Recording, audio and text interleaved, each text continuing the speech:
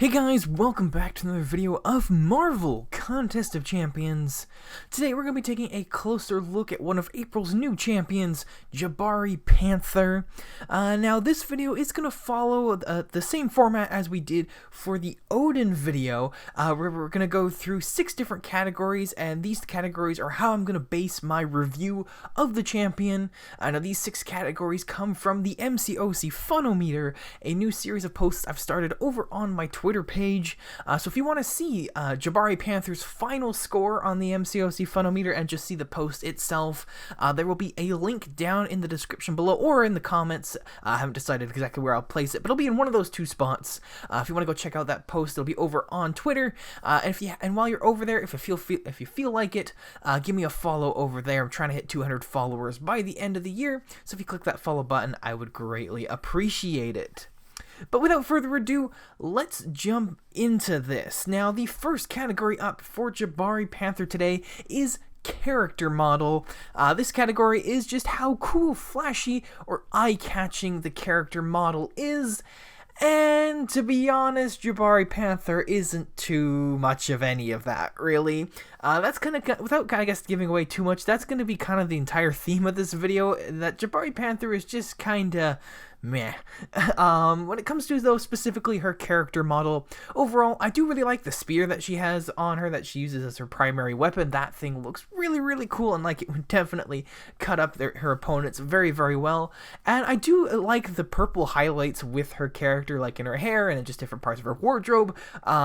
Purple is a character I don't think we see too much in the contest. I mean, we do see it a good amount, but I don't know. I like purple highlights. I know that might sound really weird, but that's just me.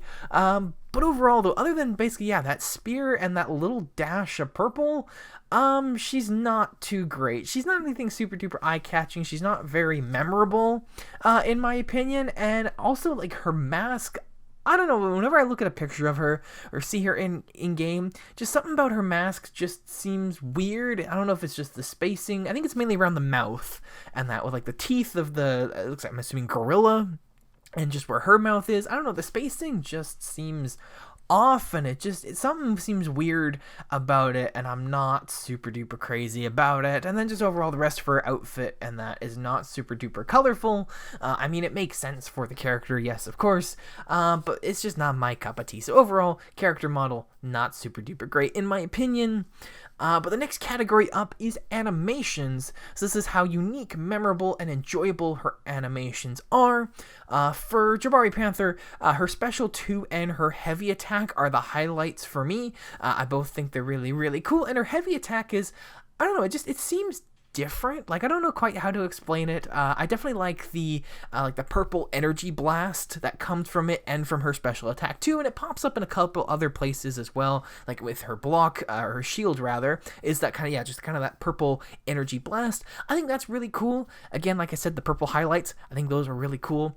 But overall, though, she's just kind of boring. I mean, I know she is a skill class character. The skill class champions never have the flashiest attack because usually it's just hand-to-hand combat and not much else. You know, a bunch of them have guns and whatnot, but apart from that, they're never the flashiest characters. So, it's not necessary to say that she's bad in comparison to the other skill champions, but I think that's just overall kind of a flaw with the skill class in general. None of them are super duper flashy. I mean, Aegon looks really cool, and I'm sure, if I really sat here and thought about it, I could pull out a couple that I do really, really like.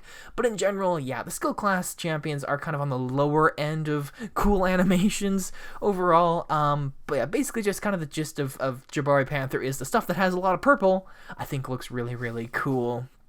But the next category number 3, is character choice. Now this is just simply the level of excitement around this champion coming to the contest and just them being in the contest and basically the hype. How much hype was there around this character? And for Jabari Panther, again, she's just kind of meh. For me at least, there wasn't much excitement around this character. I know there was a lot of drama about, the being 2 Realm of Champions characters coming in this month, and that wasn't really a factor for me. Like, Storm Pyramid X and Sorcerer Supreme ended up being really, really cool, so I'm not against, like the crossover champions or that. It was just this one wasn't really excited for her. I've never heard of her before, and she's not a really super eye-catching character, so she's just not my cup of tea. And I know one thing I neglected to mention in my April patch notes video was something that Kabam actually mentioned to us in the CCP Discord server. From what I understand, and they didn't give too much detail because I don't think they can, Jabari Panther and Silver Centurion were not the champions that they originally planned to release in April.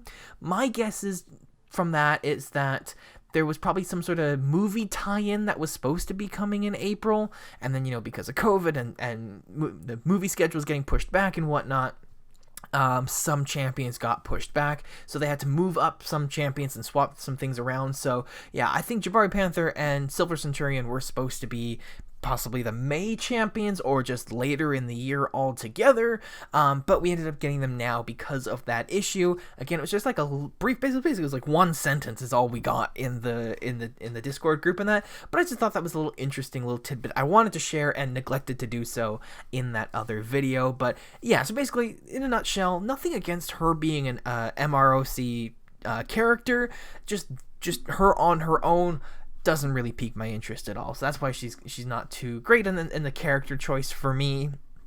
But the next category number 4, is specifically for her Special 3 animation. Now, I know we had the animations category just a few minutes ago, but that is basically for everything except the Special 3, because I know a lot of people just look forward to seeing what their Special 3 animation is. It's just one of the coolest things about this game, is each character's unique Special 3, and this category is just simply how awesome is their Special 3, and again, following the theme of this video, it's just kinda meh. I didn't know what to expect when it came to Jabari Panther. Again, never heard of this character before. No idea what she does, no idea what her powers are, abilities, whatever. So I had no idea what to expect with her. In the end, it's okay. Again, it's not super flashy, it's just not overly memorable, honestly, but one thing I did like, and I do think is really cool, is the little cinematic final hit where they have like the letterbox come in, and, it looks super cinematic, it looks super duper cool. I'd love it if they, incorporated that into future, Special 3s, like those, just kind of like extra cinematic shots and whatnot. I love those. In school, we're getting into that stuff a whole lot more. I've got a little side tangent here real quick. I've got a big project that I'm going to be working on in the next couple months here that I'm super duper excited about, and my group and we are looking to make this thing look as cinematic as possible, and I'm super duper excited about it because I love that kind of stuff. So that little bit there was definitely the highlight of the Special 3 for me, but apart from that, it's not super memorable. It's kind of just okay, is basically how I can sum it up. And you'll see, if you do go and check out the final scoring for Jabari Panther, you'll see, the score kind of makes sense with what I'm saying here, because overall she's just kind of meh. But category 5 is up next, and that is for replayability. And, following the trend here, she is a champion that I don't really have any huge interest in playing her, at least more than I have to. Her abilities, which we'll get to in a second here, are definitely her saving grace. Her abilities are going to make her super useful, I think, but other than when I absolutely have to use her, I don't think I'm going to use her all that much. She'll just be like an arena champion for me for the most part. Actually, one thing you'll notice is if you do go check out her final scoring over on Twitter, unless I'm mistaken, I believe this category, specifically her replayability category, is the lowest score I've ever given so far on the MCOC Funometer. We're only on number 7 here, but still, that is the lowest score I'm pretty sure that I've ever given to a champion. So yeah, I think that to me speaks volumes. I'm not interested in this character at all, except for her abilities, which is category 6. I think looking at right now, I'm looking at the score I have for her. I think it would have been about a half point, if not a whole point lower than what it is, which might not sound like a lot, but when you see what her final score is, a whole point is a big chunk of her score. So this one, yeah, is definitely the saving grace. It's basically twice, her score for abilities is twice as high as her next highest score. So that's basically the difference between all these other categories. scores have been super low scores, but abilities is her highest one by far, and that is because of one ability in particular, and that is her cleanse ability. It is pretty sweet. Basically, like, basically in a nutshell, it's as Jabari Panther is attacking, and every hit, she gets a cleanse ability added to herself, and if in that, like, the cleanse ability only lasts for, I think it's like 2 seconds, but if in that 2 seconds, a debuff ability is applied to Jabari Panther, that cleanse ability immediately nullifies that ability, and that is pretty sweet, especially against certain champions who, like, their degeneration abilities are like that's what they are. She could potentially be a killer of those champions. I saw a little bit of Seaton's gameplay with Jabari Panther, and he did a fight up against Abomination, who is basically poison is his entire thing, and her cleanse ability was basically able to nullify that entirely, and I think that's pretty insane. So for characters, who just their entire reliance is on debuffs, and that I think Jabari Panther is going to be great for that. But yeah, other than that, she's got some pretty great bleed damage in the Jabari Panther Champion Spotlight that we were given through the CCP.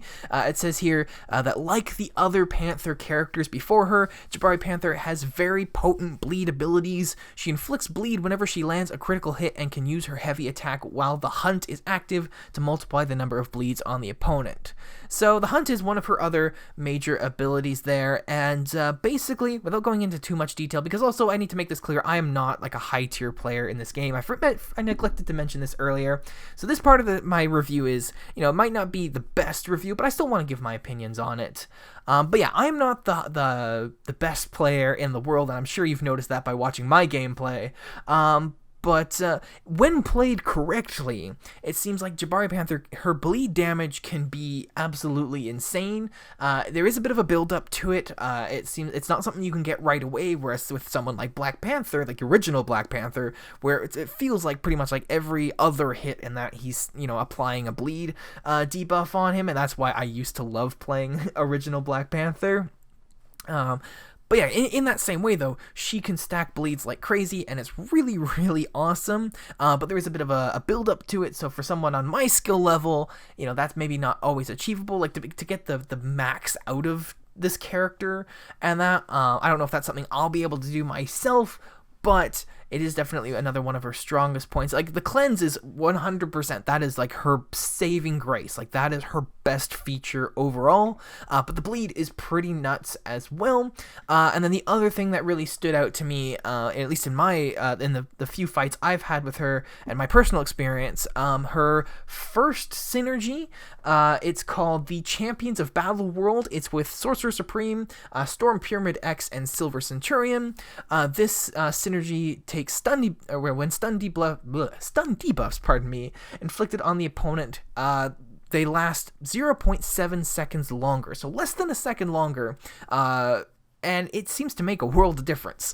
It doesn't sound like much time at all, but it felt like an eternity in doing those fights. Like, you can get pretty much an entire like 5-hit combo in before the stun wears off. Like, it's like basically in that kind of like moment where, like, after you hit your 5th hit, there's kind of like your character kind of is vulnerable for a second, or they kind of pause for a second. It's in that time frame that the stun wears off, so you can get an entire 5-hit combo off, like, within the time that this stun lasts. And it felt like an eternity. I was like, what the heck is this? Like, I unknowingly had this synergy active. Like, basically, like, what I like to do personally is just basically don't really read too much about the champions right off the bat.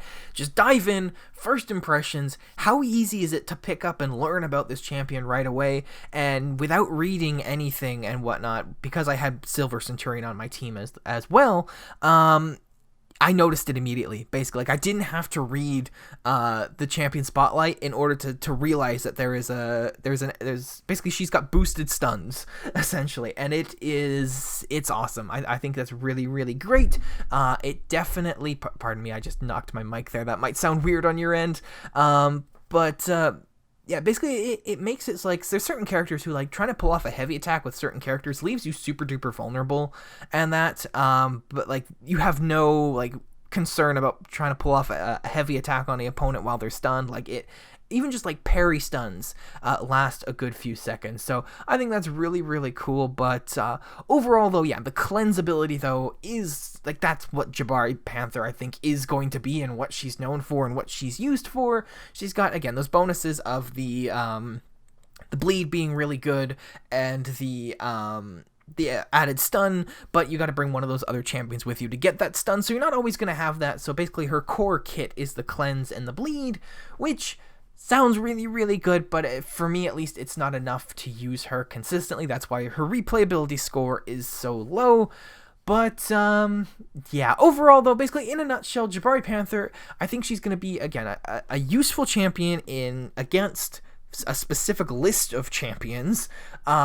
And then other than that, I just don't really care about her all that much. I'm definitely much more excited for April's second champion, Silver Centurion, who I'm super excited to get working on videos for him here in the next few days. But overall, though, Jabari Panther, yeah, she's not great. At least she's not that she's not great. She's going to be useful, but as a character, she doesn't really grab my interest. And as for someone who just plays for fun, and if a crappy character has amazing animations and they're super fun to play, I'll pick them over someone who is not very exciting but very useful. So for me, in this case, yeah, Jabari Panther, probably my least favorite champion of 2021 so far.